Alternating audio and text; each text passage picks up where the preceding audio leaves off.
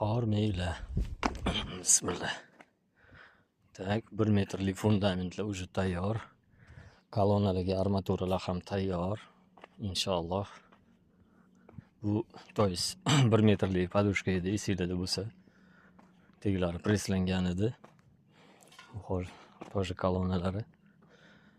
Inshaalloh har bitta jarayonni qo'yib boraveramiz. Ko'rib baho beraverasizlar. В целом qurilish jarayoni poetap bilan ketaveradi. Endi eng asosiy qismini aytmoqchi edim men hammaga. Tak, 95 plus minus 93 kvadratniy metr bo'ladi. Uy remonti bilan birga bo'ladi.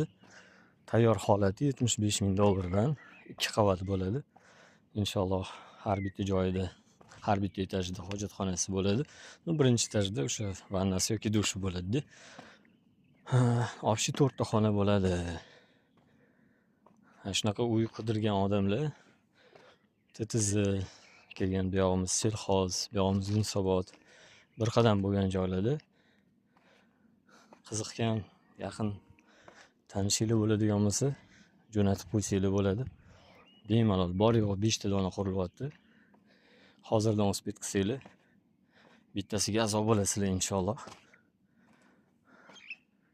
Demak, dekabr yanvargacha tayyor bo'ladi inshaalloh. Ko'chib kirib yashayverasizlar, Xudo xolasa.